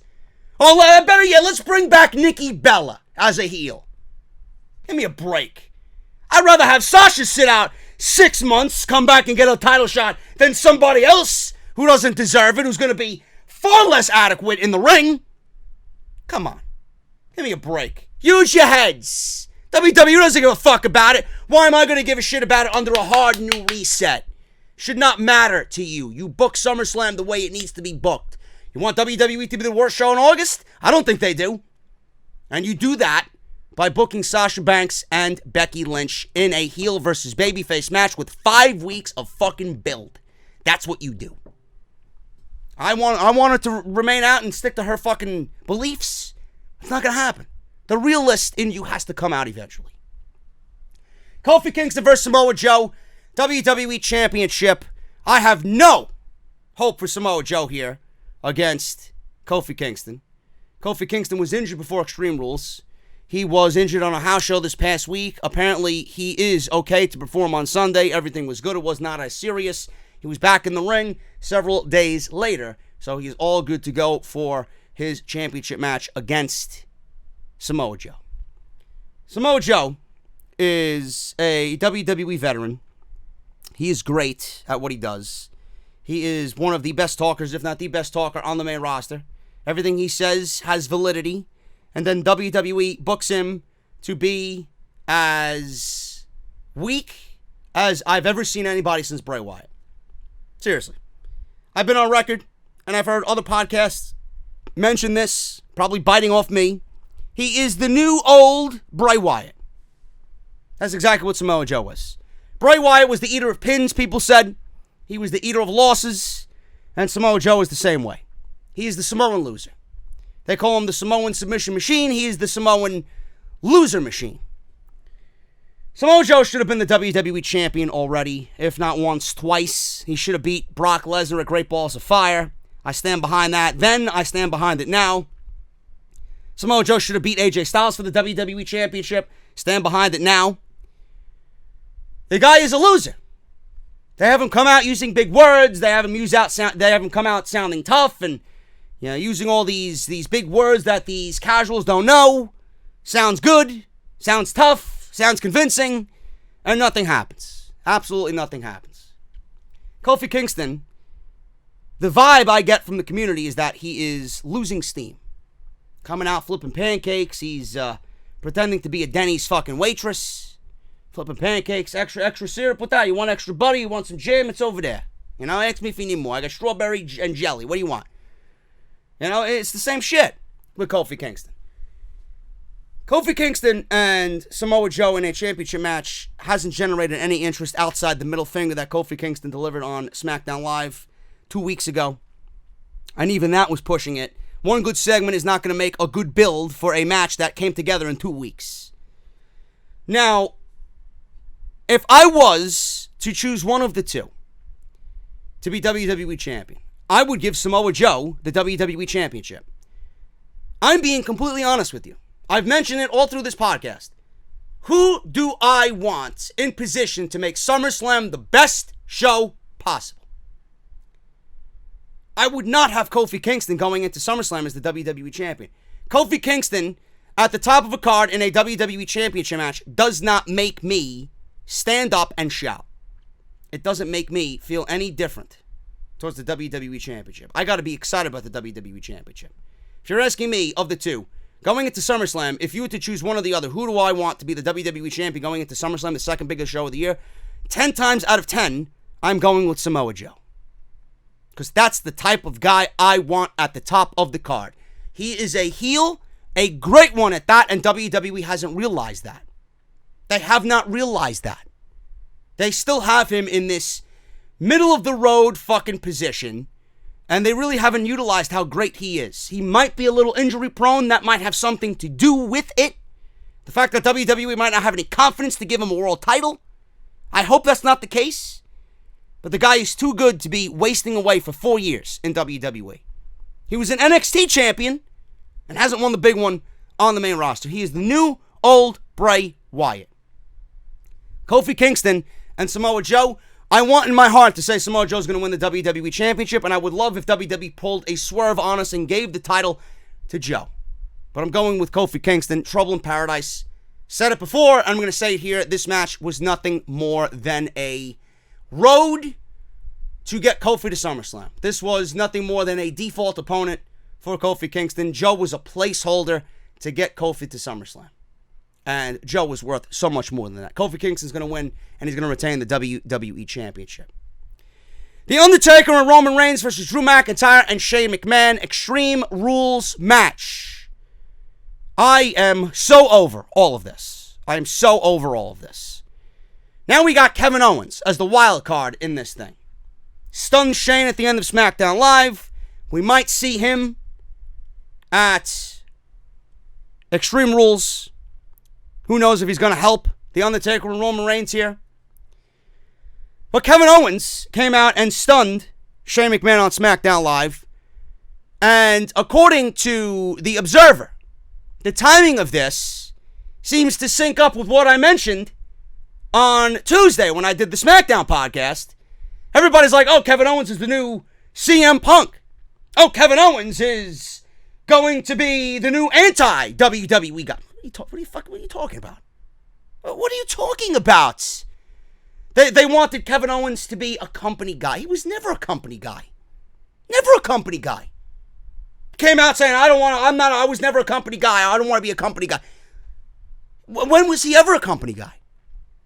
Going over what is already wrong with the show.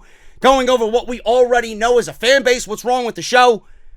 Yet it's all going to lead to Shane McMahon still being on television. Think about this, folks. Think about this. Kevin Owens came out and expressed greatly how Shane McMahon is getting so much time over Kairi Sane, Buddy Murphy, Mustafa Ali, Asuka, and everybody else that's on that roster that's not given a role. comes out and says that Shane McMahon's power has grown. The McMahon family came out in December on Monday Night Raw and said that we are the power. There's going to be change. We know these shows suck. We're going to actively change for the fans. Came out on Tuesday and said that. Kevin Owens blatantly said that Shane McMahon is the ruination of these shows. And then WWE is going to proceed to book him in a feud with Shane McMahon. And it's going to result in a match at SummerSlam. How against logic is that? I want you to think about that.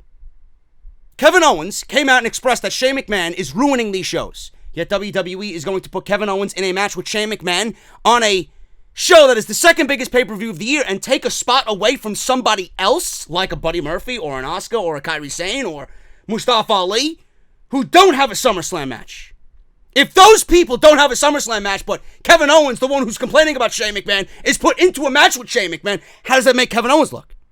Unless the match is, with the stipulation added, Shane McMahon is abolished from WWE television forever, that's the only way it makes sense.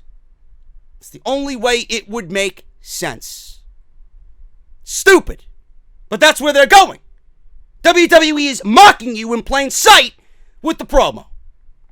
Plans for Kevin Owens heading into SummerSlam, we could see him in Extreme Rules. And we could get that tease again for Kevin Owens and Shane McMahon. And even that is reaching. It's not really new plans. It's not new or fresh or exciting. It's just WWE continuing to try to find ways to book Shane McMahon on these fucking shows as if he's an active wrestler. And it's WWE admitting that we know that's the reason why these shows suck, but we're not going to change it anyway. And the fact that we've already seen this inside Hell in a Cell. We've already seen this inside Hell in a Cell, folks. And again, when Kevin and Sammy, I believe it was, what was it? It was Kevin who Sammy and against Daniel Bryan and Shane McMahon, WrestleMania, right? Yeah, before Sammy went away. It's not new. They're going back to the old and thinking that it's new, as if the fans forgot what happened the past couple of years. I expect to see Kevin Owens here.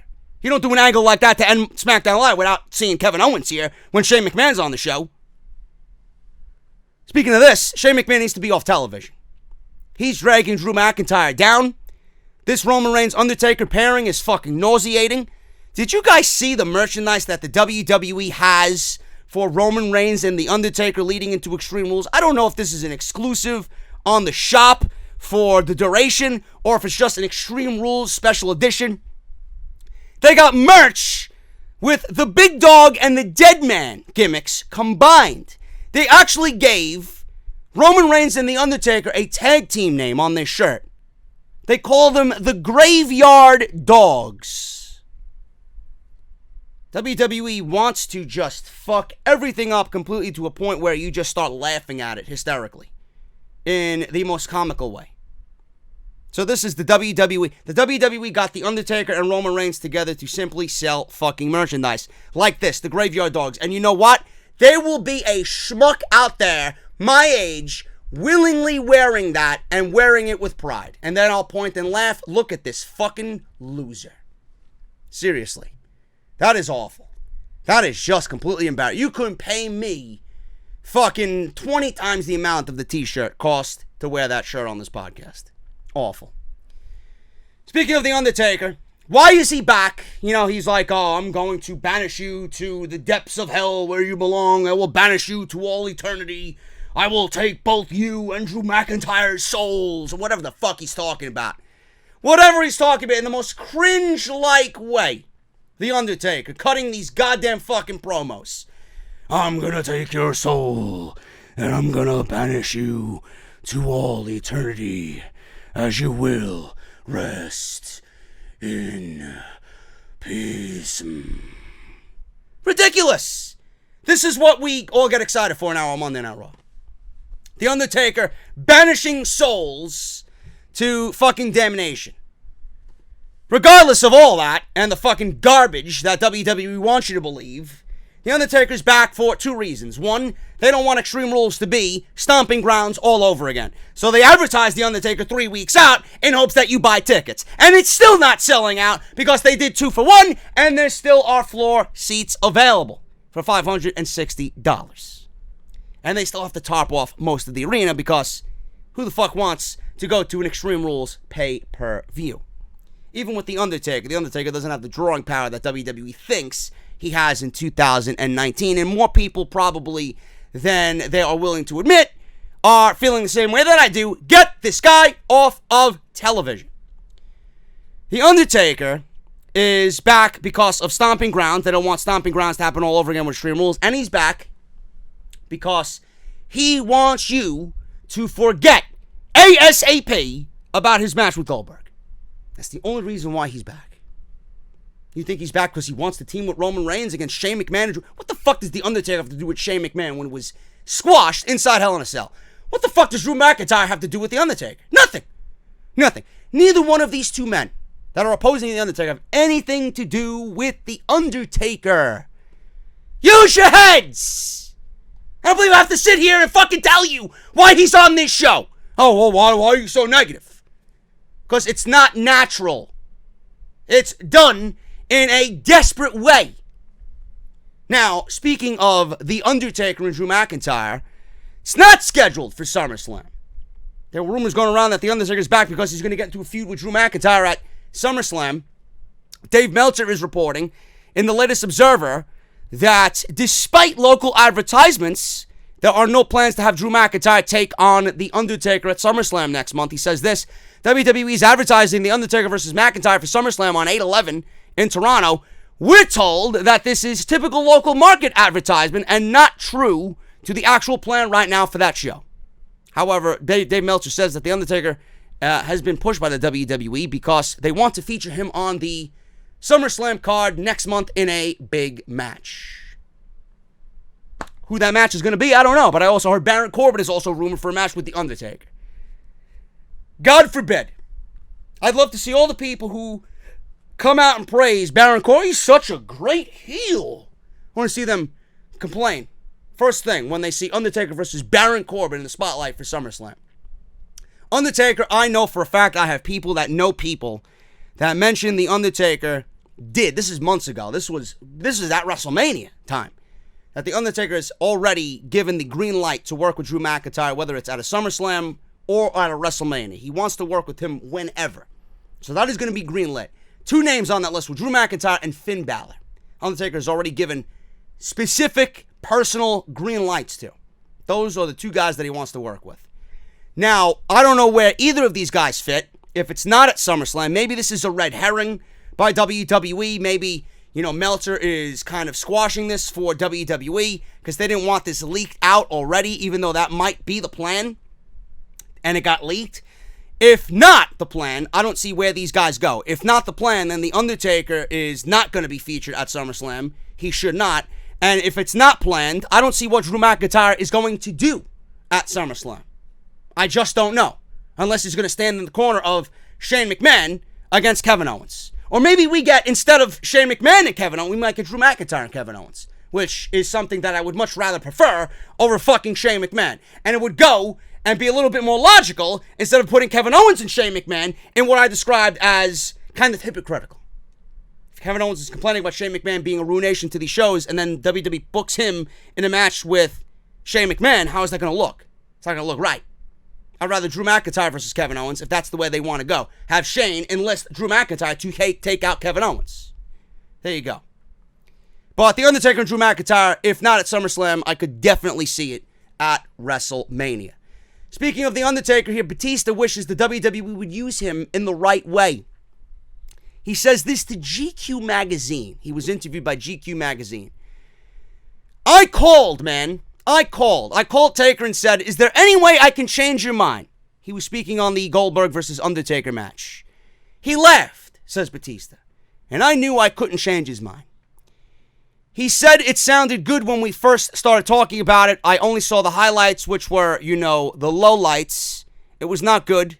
It was just bad circumstances all the way around. I feel like Taker's there for the right reasons. I think he's there because he still loves it. But I wish they would utilize him in the right way. I think a novelty match with Goldberg is the wrong way.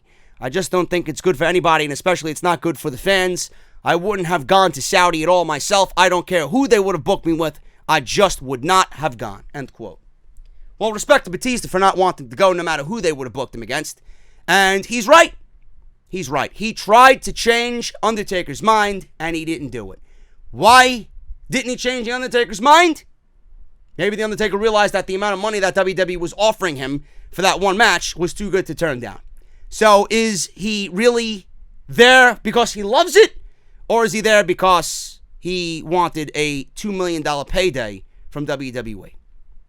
I think it's the latter. I don't think the Undertaker really gave a shit. He's seen the money. He wrestles one time a year. He makes more money in one match than people do in 2 years of service for any wrestling company, period. And that's why he did it. And now he has to reap the benefits, or actually reap the consequences. He has to suffer through all the fucking negative backlash of everything that came out of that match. And the reason why he's in this match with Roman Reigns is because he probably went to Vince McMahon and said, I need to be on this card to wash the bad taste of this Goldberg match out of my mouth. Makes sense, doesn't it? Batista knew, we all knew, Undertaker is not there because he loves it. The Undertaker is there because of the payday, and now he's at Extreme Rules because of the reasons that I just gave you. This match is absolutely worthless to me. This is the end of this Roman Reigns, Shane McMahon bullshit. I hope Shane and McIntyre lose. If Roman Reigns and The Undertaker don't win, God fucking help our souls. We will never see the end of this shit. Undertaker and Reigns win. That's the end, hopefully. Finally, guys, the main event. The man versus the man's bitch. Oh, actually, no, I'm sorry. I'm thinking, well, maybe at home. It's the man and the man's bitch versus Lacey Evans and the new resident heartthrob of WWE. Please, hold in your laughter. New study showed that Baron Corbin is now a heartthrob amongst female fans. This is new to me. Brad Shepard said on the Oh You Didn't Know podcast that a recent study scored Corbin very well in an age group of females that WWE needs to have aboard. If you'll notice in recent weeks, he's been getting a lot closer to Lacey Evans as well. It's not 100% if this is to further drive home his sex appeal, which probably isn't hurting things for him at all. At this point, it's reported that Baron Corbin is apparently getting the same younger female fan base that Jeff Hardy once claimed. I don't see females fucking taking their shirts off, or I don't see females going crazy for Baron Corbin. When Jeff Hardy came out and took his shirt off, I don't know if you guys remember, there was an audience of, you physically heard all the female screams as if there was a collective orgasm in that fucking crowd. I don't see that happening with Baron Corbin. Now, they tried to sexy Baron Corbin up a little bit with the gold chain. He comes out, he didn't have the vest on, he comes out with his black shirt unbuttoned all the way down, so you don't see his disgusting belly button. He's got the big Panerai watch. He's driving the Corvette. They're making him into a playboy. I don't believe this study at all. Shepard says Corbin is big with the 14 to 22 female demographic. His fans mimic the ones Jeff Hardy back in the day, according to this recent study. I actually asked my source about that, so that's not why he's being pushed, but there's certainly a reason. He's not, or it's not that he's a heartthrob, he just does well with that particular demographic. So that doesn't mean he needs to be in 3 back-to-back-to-back Universal Championship matches. I don't understand that logic, but that's the new study, which I don't believe for a goddamn fucking second. Now, WWE, as far as Baron Corbin's partner here, Lacey Evans. Now, Lacey Evans, what is following Extreme Rules for Lacey Evans? According to a source in WWE, this is coming from Brad Shepard in the same report. You can expect Lacey Evans to stay in the spotlight for quite some time. Vince McMahon is really high on her, and she won't be going away no matter what happens on Extreme Rules. End quote. Evans is having this mixed tag team match. After that, expect her to continue the major push because she is blonde. That's the only reason why she's going to continue to be pushed. We talked about Becky Lynch. We know what Becky Lynch needs to do at SummerSlam. Baron Corbin and Lacey Evans are not winning this match. I don't give a fuck how much money you got riding on this thing. Put everything on Rollins and Becky. WWE's not going into SummerSlam with fucking Lacey Evans and Baron Corbin as their women's and universal champion. I don't give a shit. Okay? That would be absolutely the death of this show. Seth Rollins. What do we do with Seth Rollins? If Brock Lesnar does not cash in, which I'm hoping he does not, which I'm expecting he's not going to either, because Heyman did this not once, not twice, not 3 times, 4 times now. It's the 4th time. This is a spoiler, not a prediction. I'll believe it when I see it. I don't even think Brock is going to be in Philadelphia. I don't even think WWE knows what they want to do with that briefcase. Maybe it's Kofi. I don't know. Yeah, I don't know. I really don't know. Nor do I care. Seth Rollins. Seth Rollins has lost a lot of value as Universal Champion. I think he is now positioned as the weakest champion in all of WWE. His standing, as far as fans go, is not really positive from what I see. The man's bitch, the man's pussy. You know, it's that terrible t-shirt did him no favors. The man's man. You couldn't pay me to wear that fucking shirt. Seriously. Whoever thought of that needs to fucking just go away. You legitimately helped aid in the death of Seth Rollins and his credibility. The guy is a Universal Champion, and he's treated like a Universal bitch on this show. The mixed tag team matches, the fact that he's sharing the spotlight with Becky Lynch when she should be in her own spotlight, the fact that he has now her talking for him, he does not resemble a champion. The fact that he's had Baron Corbin 3 straight pay-per-views does not help his cause. Bray Wyatt. Where do we see Bray Wyatt? We see Bray Wyatt at the end of this fucking match. That's where we see Bray Wyatt. At the end of this match or on Monday Night Raw.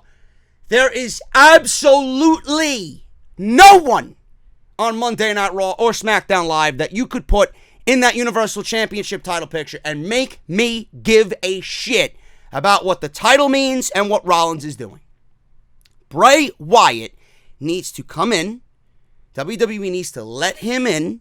He needs to challenge Seth Rollins for the Universal Championship, and he needs to win the Universal Championship while having The Fiend be the most unstoppable force in the WWE since Kane destroyed the door on Hell in a Cell in 1997 and tombstoned his own brother. That's the type of destruction Bray Wyatt needs to be on. I don't give a fuck how it's done. Get it done. That's your title match. Drew McIntyre's not going to work. Kevin Owens is not going to work. Bobby Lashley's not going to work. Sami Zayn, not going to work. Braun Strowman, Bobby Lashley, all these guys. Bobby Roode, none of them are going to work. There's nobody on Raw. There's nobody on AJ Styles. He's in Ricochet. Him and Ricochet's got this other shit going on. Not going to be AJ Styles. They got nobody on Raw. SmackDown, there's nobody else. There's nobody on SmackDown Live that is going to be legit for Seth Rollins. We need to be interested in Seth Rollins again. And to develop interest, you need The Fiend to be there. You need The Fiend versus Seth Rollins, with The Fiend winning the WWE Universal Championship. Bray Wyatt, whether it's at the end of the show or on Monday Night Raw, that is your Universal Championship match at SummerSlam. I don't give a fuck what happens. Now, if Brock Lesnar does cash in, I mentioned this. I don't know how long ago I mentioned this. I mentioned this maybe, what was it, at Stomping Grounds? I would have Brock Lesnar come out and fucking obliterate not only Rollins, but Becky Lynch. If he wants to cash in, have him F5 or fucking suplex Becky Lynch. I know this won't happen. I'm speaking out my ass. I would have that happen, and then he can focus everything he needs on Seth Rollins. Because Seth Rollins is going to be so distraught over his man being tormented and destroyed by Brock Lesnar that it's going to fucking feed right into Lesnar taking advantage and winning the Universal Championship and cashing in. That's what I would do. I don't know, man. This show, there was a lot I wanted to get off my chest about this show. This is something that I don't typically do with these pay-per-view review or previews. I usually just go over it very quickly, but there's so much going into this that needs to set up a fresh start. So that's why I went into this, just giving you a whole fucking Extreme Rules extravaganza and talking about Vince not pushing his agenda on Vince McMahon, on Eric Bischoff, and Paul Heyman, and WWE reportedly knowing that Raw was garbage, and that their audience is dwindling, that they're giving away the network for 99 cents. All this ties in to everything that we have going on with this show on Sunday, and then the start of New on Monday. So make sure you guys let me know what you think down below. I'm getting out of here. A lot of podcasts today. Thank you guys so very much for joining me. I'm getting out of here. I'll see you guys tomorrow. Don't know the schedule for Off the Script. I do know that I will be watching Fight for the Fallen. I'll be live. I won't be live, but I'll be here doing a review after the show is over. I will be watching Evolve sometime after that, and then I'll do Evolve the next day, and then we got Extreme Rules. So you might not see me for another Off the Script like you usually see every week. It might be Fight for the Fallen, Off the Script Part 2, and then Evolve, Off the Script Part 3. So we'll go over that. And maybe we'll do on Sunday some random news and notes before Extreme Rules. So I don't know what I'm going to do. I do have some stuff for another episode of Off the Script, but nothing major. So I just might tie that into the Evolve show on Sunday. So we'll see what happens. But thank you guys so very much, man. Hit that thumbs up if you enjoyed the video. Make sure you follow me on social media at JD from NY206. That is Twitter and Instagram. Hit that subscribe button, turn on the bell, patreon.com/JD from NY206. And make sure you guys go check out Harry's. Support through Harry's. Harry's.com/script for your $13 value trial set. And make sure you guys check out all of this week's videos if you did miss anything on the channel this week with a big weekend coming up. I am getting out of here, guys. Thank you so very much. I'll see you tomorrow for Fight for the Fallen, AEW's third show. I'm expecting some major shit to come out of the show as we get ready for All Out. I'll be right here talking about it, so don't go anywhere, man. Much more to come this weekend right here on Off the Script. I'll see you guys later.